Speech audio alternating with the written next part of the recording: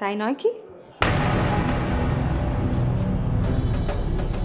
বাইরে আমার লোকজন দাঁড়িয়ে আছে দখল করার জন্য। কি?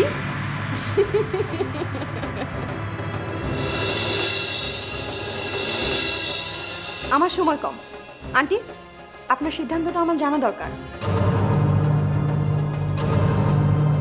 আপনি এই আন্দোলন থেকে সরে দাঁড়াবেন নাকি এই বাড়িটা ছেড়ে দেবেন?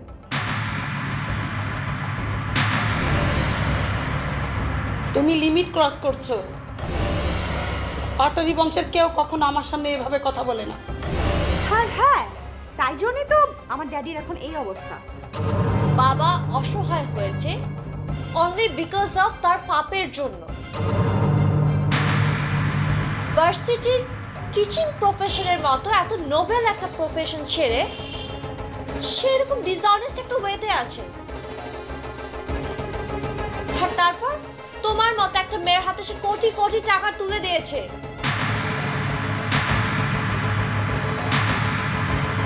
তুমি এখন এই বাড়ির আউটসাইডার। আন্টিকে কথা বলতে দাও।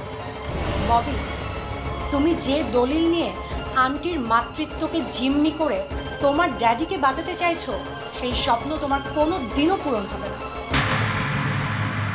হোয়াট? ইয়েস, তোমার ওই দলিল আমি তুড়ি দিয়ে উড়িয়ে দিব। দু পয়সায় উকিল হয়ে এত বড় বড় কথা।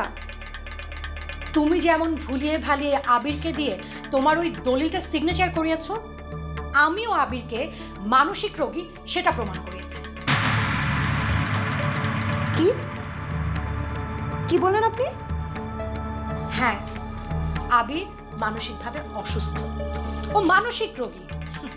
3 বছর ধরে ও ডক্টরের ট্রিটমেন্টে আছে। এই হলো তার পেপার। Let me C.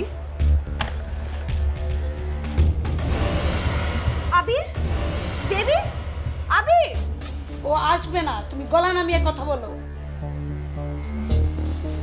তুমি কি একজন পাগলের কাছ থেকে জমি কিনেছো? তোমার হাতের পেপারসটা ভালো করে চেক করে দেখো। যেই তারিখে তুমি ওর কাছ থেকে দলিলটা সাইন করিয়েছো, সেই তারিখে ও তো একটা প্রাইভেট মেডিকেলে ট্রিটমেন্টে ছিল।